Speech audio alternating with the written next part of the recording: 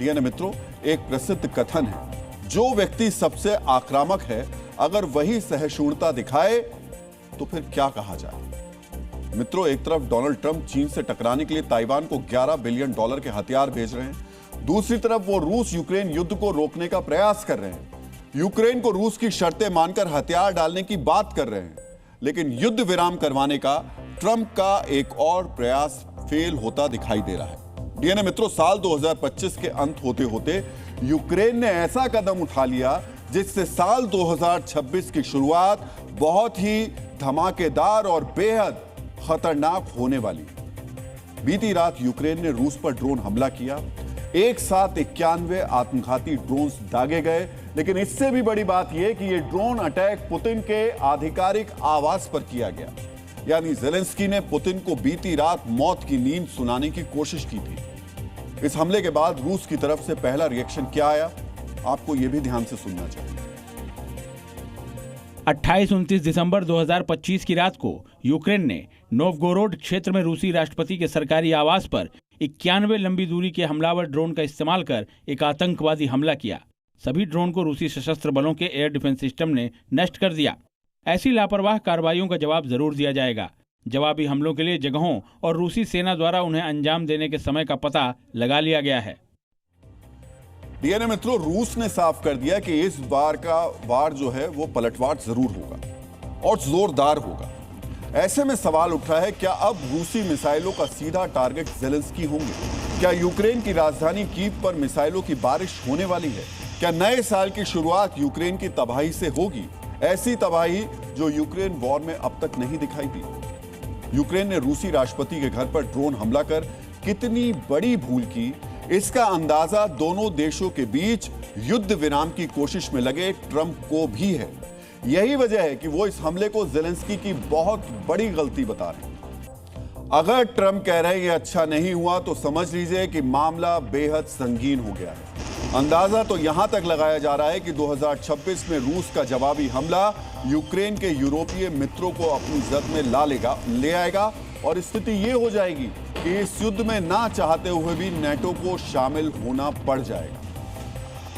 DNA मित्रों, दुनिया आज एक ऐसे मोड़ पर खड़ी है जहां शांति की बातें सिर्फ मुखौटा है, युद्ध विराम सिर्फ एक धोखा है, क्योंकि साल 2025 में वैश्विक संघर्षों की संख्या में 20% की बढ़ोतरी हुई है और आने वाला साल तो महायुद्ध का साल कहा जा रहा है। लेकिन एक धागा है जो इन्हें जोड़ता है, महाशक्तियों की महत्वाकांक्षा, पुरानी दुश्मनियां और संसाधनों की लूट। 2026 के अगले महायुद्ध की कड़ियां भी इसी से जुड़ती हैं। डीएनए मित्रों, जो ट्रंप युद्ध विराम का क्रेडिट लेने के लिए कतार में सबसे आगे खड़े होते हैं, वो खुद एक फ्रंट पर हमलावर हैं। 2026 में एक जंग खुद ट्रंप शुरू करने वाले हैं और इसमें उनके खिलाफ खड़े हैं वेनेजुएला के राष्ट्रपति निकोलस मादुरो। डीएनए मित्रों, वैसे तो अगस्त के महीने से ही अमेरिका और वेनेजुएला के बीच संघर्ष जारी है। अमेरिका वेनेजुएला के कई समुद्री जहाजों पर अटैक कर चुका है, लेकिन यह पहली बार है जब अमेरिका ने वेनेजुएला की जमीन पर हमला किया है। पहली बार अमेरिकी खुफिया एजेंसी CIA ने वेनेजुएला के तटीय इलाके में एक बंदरगाह पर ड्रोन स्ट्राइक की। यह पहला ज्ञात अमेरिकी हमला है जो वेनेजुएला की जमीन पर सीधे किया गया। डीएनए मित्रों, अमेरिका के हमलों और सैन्य तैनाती को वेनेजुएला ने भी एक्ट ऑफ वॉर करार दे दिया है और वेनेजुएला भी अमेरिका के किसी सीधे हमले का पलटवार करने के लिए अब तैयार है। लेकिन अगर यह स्थिति पैदा होती है तो लैटिन अमेरिका एक महायुद्ध का साक्षी बनेगा, क्योंकि इसमें ट्रंप के खिलाफ इस लड़ाई में मादुरो अकेले नहीं है। मादुरो को रूस, चीन और ईरान का समर्थन हासिल है। डीएनए मित्रों, चौतरफा जंग की ये चिंगारियां अगर नहीं बुझी तो 2026 में होने वाले छोटे छोटे युद्ध विश्व युद्ध में बदल सकते हैं, क्योंकि हर युद्ध एक दूसरे से जुड़ा होगा। इसकी सबसे बड़ी मिसाल देख लीजिए, ट्रंप के खिलाफ खड़े वेनेजुएला का साथ ईरान दे रहा है, तो वहीं इजराइल और ईरान के बीच संघर्ष में ट्रंप इजराइल के साथ खड़े हैं। ट्रंप ने एक बार फिर ईरान को नए साल में दहलाने की चेतावनी दी। कल अमेरिका में इजराइल के प्रधानमंत्री बेंजामिन नेतन्याहू और ट्रंप की मुलाकात हुई।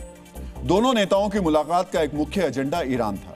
नेतन्याहू ने ट्रंप को ईरान के न्यूक्लियर प्रोग्राम और मिसाइल टेस्टिंग को लेकर जानकारी दी, जिसके बाद ट्रंप ने ईरान को जो चेतावनी दी वो नए साल पर एक नए युद्ध के अलार्म से कम नहीं।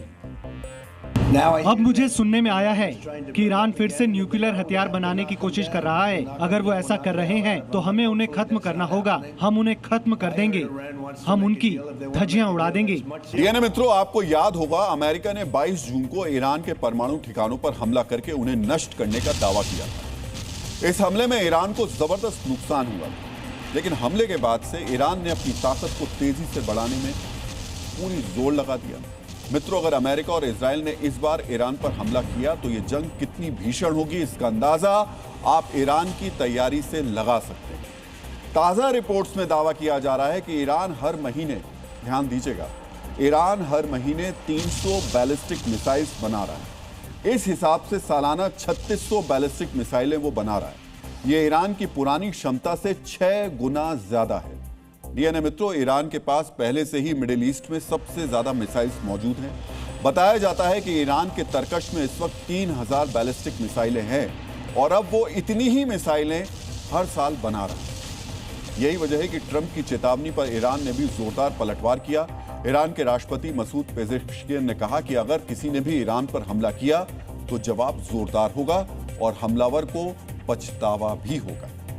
डीएनए मित्रों, ईरान, अमेरिका और इजराइल तीनों ही देश शांति स्थापित करने की बात करते हैं, सिर्फ बात करते हैं, लेकिन तीनों के तेवर देखकर यही लगता है कि नए साल पर इस हिस्से में भी खतरनाक जंग के बादल अब मंडरा रहे हैं।